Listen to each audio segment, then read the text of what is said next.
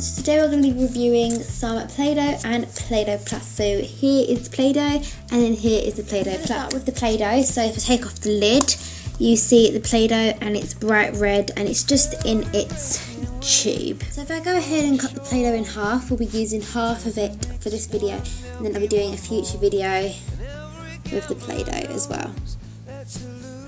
Now I'm going to go ahead and open up the Play-Doh Plus's lid.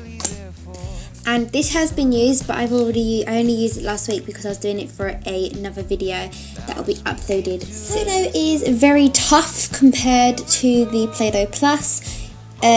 Your mould, you have to actually put much more pressure into the Play-Doh, and in the Play-Doh Plus you hardly put any pressure. Look at the Play-Doh Plus. Now the Play-Doh Plus you don't get as much in, but it is much more softer and fluffier. What one, Ellie, do you think I should have?